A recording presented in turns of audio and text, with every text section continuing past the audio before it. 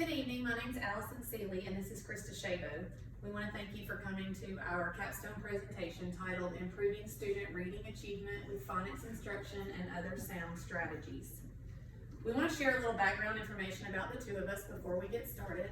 I'm currently a first grade teacher at Bryan Elementary. I'm finishing up my 16th year of teaching, and I've also taught 3rd and 4th grade. And Krista is currently teaching 4th grade in St. Clair County, and she has previously taught 2nd and 3rd grade. Before we get started, we want to tell you a little bit about the schools that we used for this project. Bryan Elementary is located in northern Jefferson County. It's just north of Gardendale in the city of Kimberly. We currently service grades K through 5. We have approximately 865 students enrolled. Our demographic breakdown is 94% Caucasian, 2% African American, 2% Hispanic, 1% Indian and Asian, and 1% 2 or more races.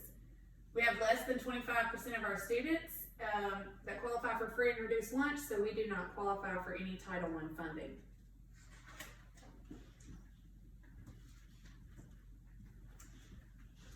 All right, Margaret Elementary was the second school that we used for this project. It is located in St. Clair County, just north of Trussville. Margaret is part of the St. Clair County school system. We service students in pre-K through 5th grade. We currently have an enrollment of 670 students. Our demographic breakdown is 81% Caucasian, 16% African American, 1% Asian, and 2% 2 or more races. 43% of our students receive free or reduced lunch, and we do not qualify for Title I funding. Okay. So the project, we started by kind of discussing two different approaches to teaching reading, the whole language approach and the phonics approach. Whole language really focuses on more of the theme and flow of passages of what the students are reading. Students recognize words as more a piece of a language.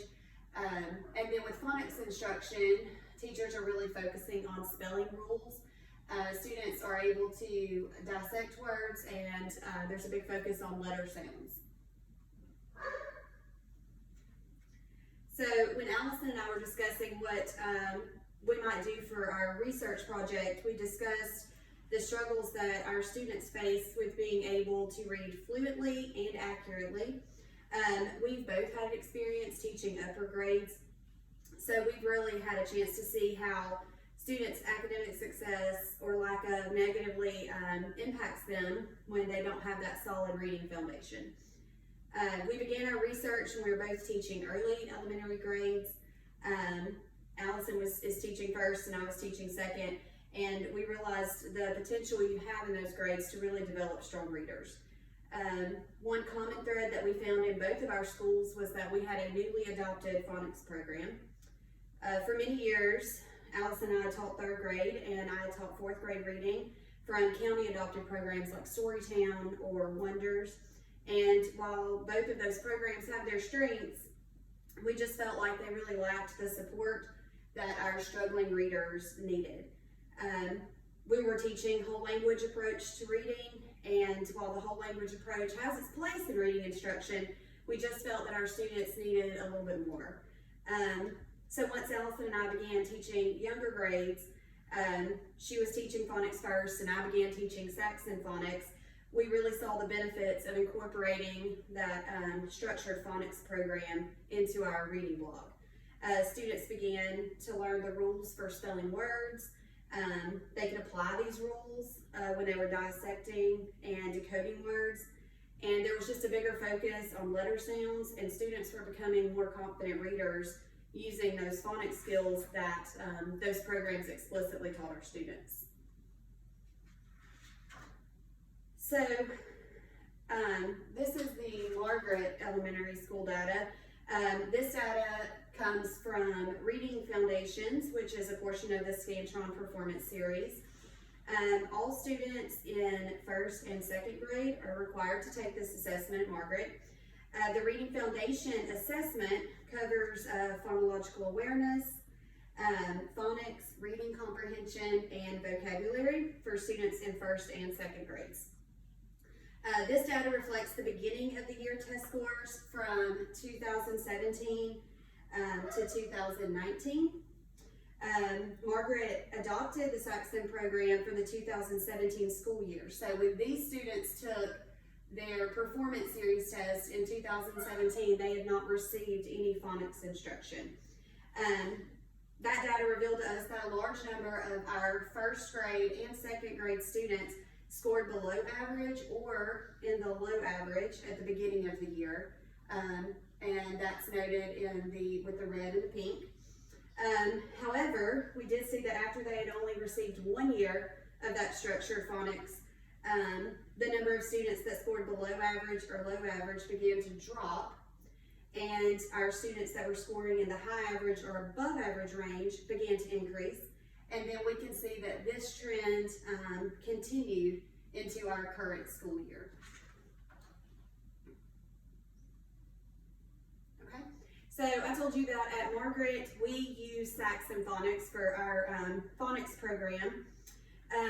And Saxon Phonics just provides continual incremental review throughout the year, and that just helps to ensure long-term success. Students receive daily practice, and that deepens their understanding of those phonemic concepts that we're teaching. Saxon Phonics also provides explicit instruction with high frequency words, phonics, and phonemic awareness skills.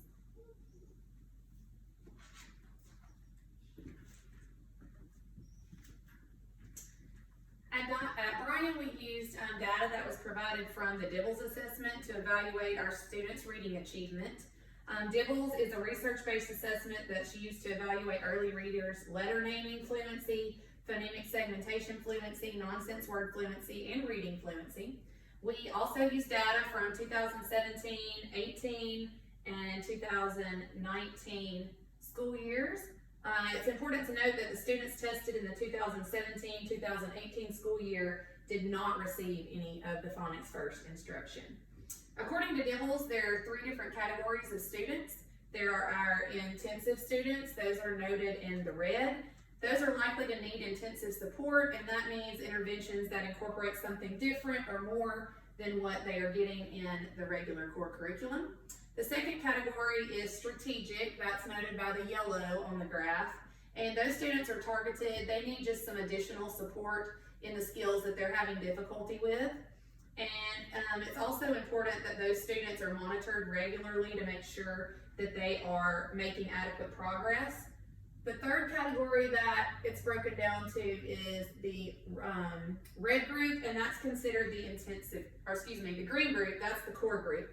And they are the ones that are at the benchmark or above that goal. And according to Dibbles, those students who score within that core group are more likely to achieve later important reading outcomes.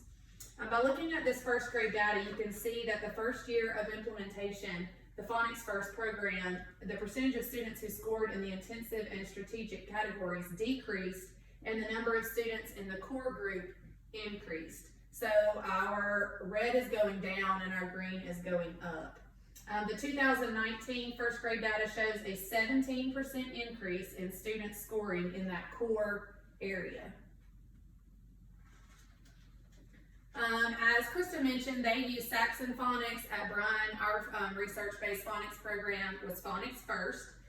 It's rooted in the Orton-Gillingham principles of instruction. It's scientifically research-based learning strategies that teach students systematically. It's also multi-sensory, a lot of movement going on. It's very structured. It follows a sequence, and it is phonics-based. This leads to increased sight word knowledge, and it helps build a firm foundation for proficient reading. The obvious groups that are negatively impacted by our current reading and phonics scores is going to be the students at both Bryan Elementary and Margaret Elementary. And the data shows that we have students at both schools that are performing at lower than desired levels. While our scores are not horrible, we still have kids that could use some improvement. The scores also have an impact on our teachers and our administrators. There's pressure on teachers to try and help these students improve their scores, and then as administrators, they have pressure from district levels to maintain a certain level of proficiency within their school system. We know that parents also play an active role in student success, and it's important that we help equip these parents with the knowledge and skills so that they can help their students at an early age and help them become proficient readers later. And then finally, the community is impacted as well. And it's impacted long term because those students who struggle to read on grade level at a lower age are less likely to continue their education after high school, and they're more likely to live in poverty as adults. Both Bryan and Margaret Elementary chose task forces to help us address our concerns and set goals for improving student reading scores, particularly in our area of phonics. Our task force consisted of students in grades K through 2, and they represented a variety of reading levels. We had teachers. These were both classroom teachers in K through 2. We had special ed teachers and also reading interventionists. And then the administrators, the principal and assistant principals at both schools. The task forces at both schools met 4 times from August to October, and we have a breakdown of those meetings here. Bryan Elementary meeting started on September the 9th. That meeting was basically just to review the DIBELS data that we had, and then all of the teachers agreed that Phonics First, we felt like, was providing a good, solid reading foundation. And we used that time also to identify students that fell within that middle range, that strategic group, and we made a list of the instructional strategies that we were planning to use with those students. On September 19th, we met back again, and we actually had students that were invited to come and discuss their views on phonics with administrators, so they had a little interview process going on there. Students expressed positive feelings about phonics and how it was being taught in their classrooms. And all of the students mentioned that they wanted to be good readers and that they knew that phonics was a way to help them do that. On September 23rd, we met again and we reviewed the results of those instructional strategies that had been implemented that we discussed in the very first meeting. Teachers also shared that they had made intervention kits that the students could use, and they had things like small books, flashcards, phonics games, things that students could take to their seats and work with. And then the admin shared the results of their student interviews and noted that students were viewing phonics very positively and that they were also very aware of its purpose. The last meeting we had was October 7th. We reviewed our DIBELS progress monitoring data and noted the growth of those students in the intensive group. That was that lowest group of kids. Teachers noted that students within that middle range strategic group were also showing growth. And the administration offered support to teachers and expressed, the teachers expressed the desire to go and visit other schools and observe how they were implementing the Phonics First program as well.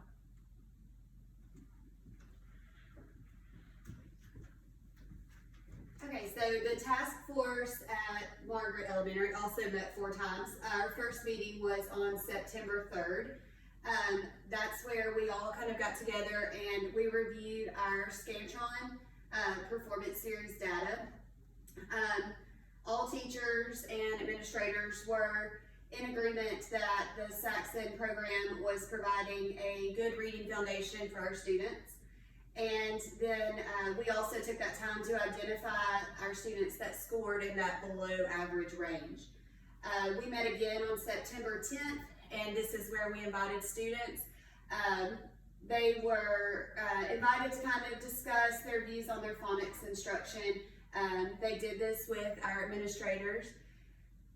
Students expressed lots of positive feelings about phonics. They were happy with the way that their teachers were teaching phonics in their classroom and about some of the learning opportunities they were receiving. Students expressed their beliefs about what hinders them from being a better reader. On September 17th, our task force met again, and this included the teachers and administrators and instructional coaches. And this was a time that teachers were allowed to share their students' growth, and as a group, we agreed that there was a lot of growth with those students that had originally scored in the below average range. We decided to schedule a faculty meeting to kind of share the success that we had seen in our interventions with the rest of the faculty. And we also discussed those student interviews. Administrators shared how the students felt about phonics instruction in their classrooms. Our last meeting was on October 1st, and at this meeting, we reviewed the success of students from those interventions, and we noted that those students are continuing to show growth, which is our goal. The instructional coach shared some additional strategies with reading teachers that we could take back to our classroom and use during that phonics time. And then we decided that we were going to create a place to share instructional success with other teachers in the school.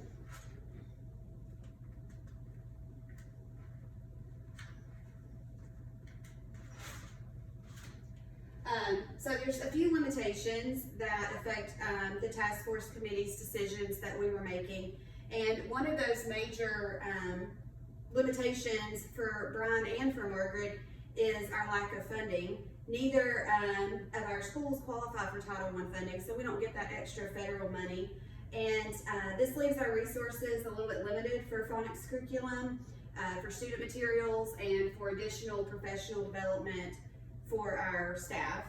And then lack of teacher training in the area of phonics is also a common issue at Brian and Margaret. A lot of teachers kind of feel that their undergraduate programs in the areas of reading don't really prepare them and train them with the skills they need to effectively teach phonics. So they're entering these classrooms without fully understanding phonics and the best ways to teach it. So it's really important that professional development is provided to our teachers in the area of phonics instruction. Extensive training on the phonics program is critical for effective implementation and for our student success.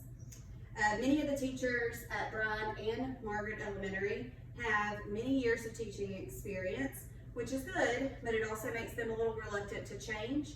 And some of that deals with the way that we teach phonics and reading.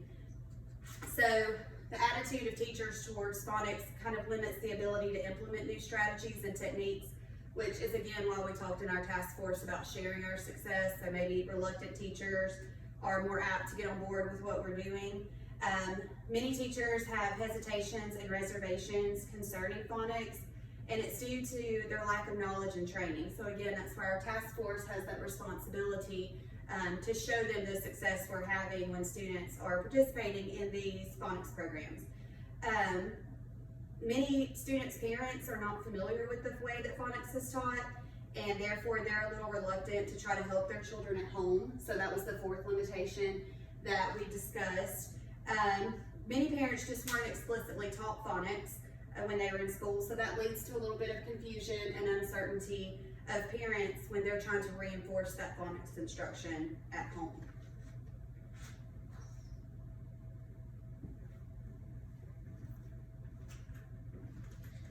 When looking at the criteria to measure our possible solutions, the first one that we said was the task force agreed that in order to improve students' performance on Dibbles and Scantron, Brian and Margaret must improve phonics instruction that the students receive.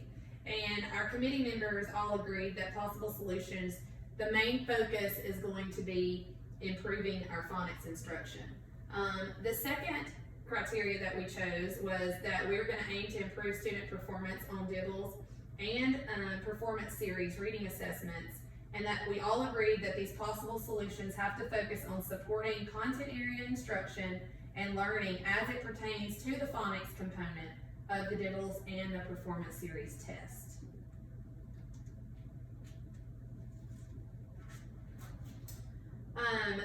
Looking at proposed solutions, both schools agreed that we need to continue with the phonics program that we have. We see the improvements and we see the benefits of what we are already doing, but that we need to create professional learning communities to help us focus on this phonics instruction and to support and provide additional resources for the classroom teachers.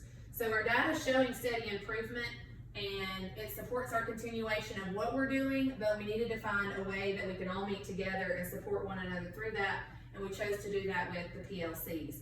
Both schools recognize that the impact and importance of our phonics instruction it's just one component of the effective reading program, and that we really need to make sure we address all 5 of the critical areas. And we know those are phonemic awareness, phonics, fluency, vocabulary, and comprehension.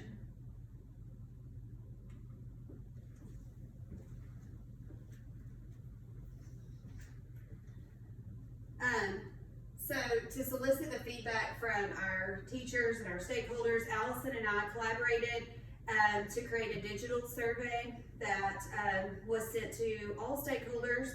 And again, that included our teachers, kindergarten through 2nd grade. We made sure to include general education teachers and special education teachers and our administrators. Results from the survey helped us determine the best solutions and then how we could execute those within our own schools. Solution 1 calls for the continuation of the phonics instruction, and solution 3 called for incorporating additional reading methodologies. Teachers and administrators fully agreed to these solutions and noted that it requires no additional cost to our schools, that we're just able to continue using the programs that we have been implementing.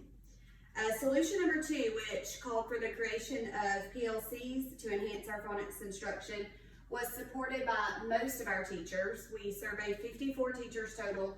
47 supported the creation of PLCs. There were some teachers that did not support it, and they noted on the survey that their reason for that was because they had had some negative experiences in the past with PLCs, and that was their major reason for some hesitation with the PLCs. So both schools met in early January, and we discussed the results from the survey that we were talking about, and the task force agreed to go ahead and implement solutions 1 and 3, which were continuing our research-based phonics programs. We're going to continue to explore additional reading strategies that we can incorporate that to help our students become successful. And both schools also agreed that we are going to go ahead and implement the phonics PLC. Our goal with that is just to increase the effectiveness of that phonics instruction in our classrooms for our students. The PLC will be open to all teachers that teach phonics.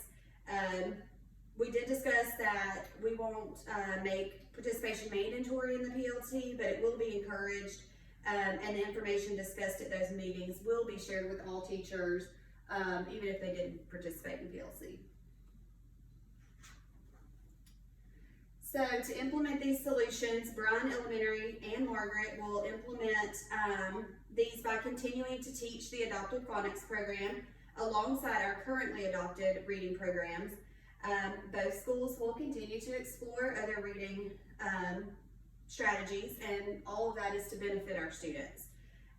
PLCs at both schools will include some face-to-face meetings. This will provide teachers time to collaborate. We'll also plan to do some online collaboration. At Bryan, online collaboration will be done through the Google Classroom. That's something that they're already using, so teachers are familiar with that. And the teachers at Margaret will use the Microsoft 365 app called Teams to share ideas. They can ask questions, and then that's another place where they can share their success with their colleagues.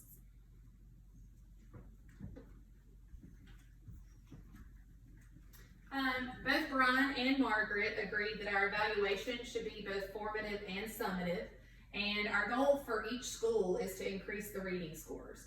So Margaret Elementary is going to use Scantron to measure their success, and then Bryan Elementary will continue to use the Dibbles to measure their success. A formative survey was sent out, and the solutions are going to be administered to kindergarten, 1st grade, and 2nd grade teachers in January and April. The formative assessment surveys are going to be used to guide how our solutions need to be changed or altered for greater success.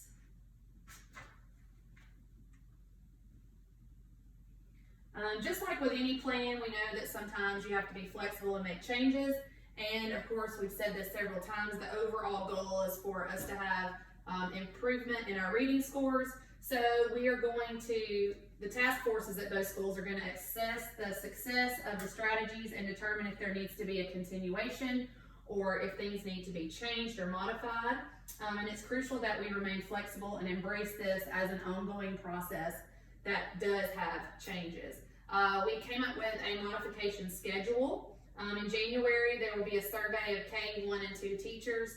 April, we will also give that same survey, and then the end of the year will be the final assessment, and we will use the Scantron at Margaret and the Dibbles at Bryan.